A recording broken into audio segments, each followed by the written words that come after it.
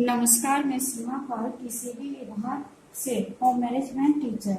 इससे पूर्व की वीडियो में हमने बताया था कि किस प्रकार से एक दृष्टिबाधित व्यक्ति चपाती, पराठा, चाहे वो ट्रायंगल पराठा हो या चाकोर पराठा हो, चाहे लच्छा पराठा हो या भरवा पराठा हो, इसके बारे में आपसे डिस्कस किया था। आज की वीडियो में एक दृष्टिबाधित व्यक्ति किस प्रकार से डीप फ्राई कर सकता है। इससे पहले जो पराठे बनाए थे उसे शैडो फ्राई बोलते हैं, और अब हम आपको डीप फ्राई के बारे में बता रहे हैं। डीप फ्राई, इसके लिए सबसे पहले आपको गैस को जलाकर आप कढ़ाई रखेंगे। फिर आप इसके अंदर अपनी आवश्यकता अनुसार, यानी डीप फ्राई कर रहे हैं तो हमें ऑयल थोड़ा ज्यादा ही डालना है, तो अपनी आवश्यकता अनुसार। ये हम लोगों को मतलब साइटेड लोगों से के अपेक्षा थोड़ा सा दृष्टिबाधित व्यक्ति को कम डालना होता है, क्योंकि एक दृष्टिबाधित व्यक्ति को एक एक पूरी ही बनानी होती है। उनकी जो कढ़ाई होती है थोड़ी गहरी होनी चाहिए। ये हमने ऑयल डाल दिया। इतने जब तक ये आपका ऑयल गर्म होता है, इतने हम इधर लोई बना लेते हैं। इसके लिए हमें चपाती की अपेक्षा थोड़ा कम आटे की जरूरत है। मेन रूप से हमें इस शेप में हमें लोई तैयार करनी। और इसका जो आटा तैयार किया जाता है, जैसे हमने आपको बताया था कि किस प्रकार से इसके लिए ये किस प्रकार से पराठे का आटा तैयार करना होता है। बस जैसे पराठे का आटा तैयार करना है, यानी आटे में आपको नमक डालना है, अजवाइन डालनी है, कसूरी मेथी भी डाल सकते हैं, हरा धनिया डाल सकते हैं या जीरा भी डाल सकते हैं। जो चीज आपको पसंद आए वो आप इसके अंदर डाल सकते हैं।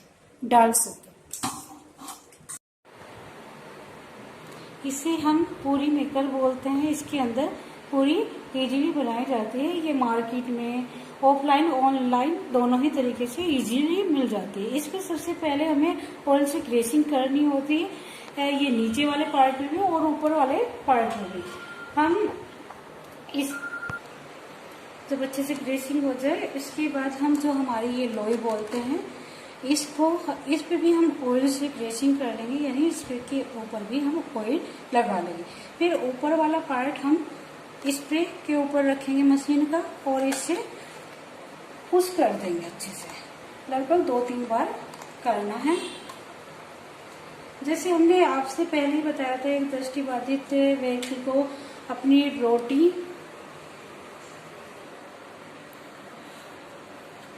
को मतलब बेल कर अलग रख लेनी चाहिए। इसी प्रकार कम से कम आप 3-4 पूरी को बेल कर या इसमें मशीन में करके आप अलग रख सकते हैं। क्योंकि हम बेल कर इसलिए बोल रहे हैं, हम चकले बेलन का भी यूज करके हम इसको बना सकते हैं। तो हम यहाँ पर अब दूसरी कर रहे हैं। इस प्रकार जितनी भी हमें पूरियां बनानी है, हमें बाकी को भी कर लेना है। अब हमारी जैसे ये पूरियां बेल ली हमने, अब इनकी सेकने की यानी डीप फ्राई करने की प्रक्रिया करते हैं। क्योंकि सबसे पहले हमें अपना ऑयल चेक कर लेना चाहिए। ऑयल खुशबू से समझ में आता है, या फिर आप मतलब थोड़ा सा हाथ ऊपर लेके जाओगे तो भी आपको हीट ज्यादा महसूस होगी। यहाँ पर आपको भाप नहीं, हीट महसूस होगी। ठीक है। तो उसके बाद आप एक पूरी को अपनी ये झरनी या जो भी कुछ आप बोलते हो, जो पूरी उतारने वाला है अपनी लोकल लैंग्वेज में, उस पर आप रखेंगे। क्योंकि इसकी जो ये लंबाई होती है, लगभग ये 12 से 14 इंच के आसपास होती है, जिससे आपका हाथ कढ़ाई से काफी दूर रहता है। इसलिए हम इसमें बता रहे हैं। इजीली आपने ये लिया, फिर हैंडल पकड़ा और फिर इसको ऑयल में बिल्कुल डिप कर दिया, और फिर धीरे से इसमें इसे छोड़ दो। क्योंकि इसमें काफी ऑयल लग गया है, तो अपने आप ही फिसल कर इसके अंदर चले गए। अब आपको पूरी में इस बात का ध्यान रखना है, जब आप डालते हो और हल्का सा दबाते हो तो आवाज तेज आती है।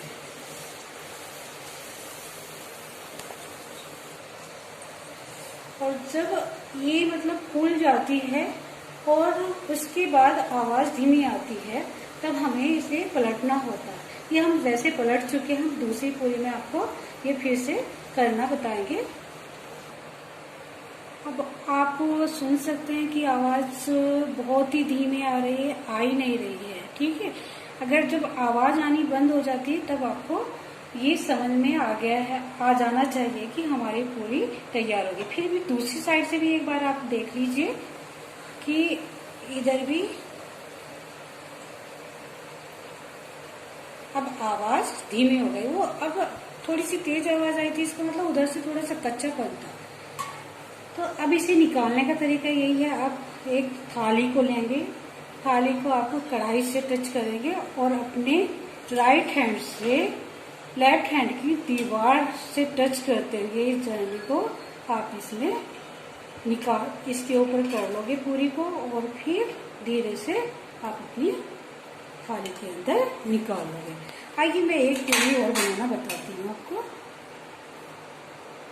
ये आप यहाँ पर इसके ऊपर रखेंगे, इसको इसके अंदर डालेंगे। थोड़ी देर बाद ये अपने आप फिसल के ऑयल के अंदर चली जाएगी और हम हल्का सा दबाएंगे तो जो इसे फूलना होता है वो फूल जाती है।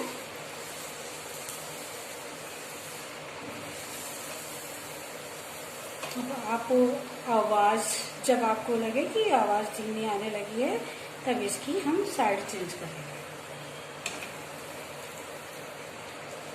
फिर से इधर से आप सुन रहे हैं कि आवाज थोड़ा तेज हो गई है।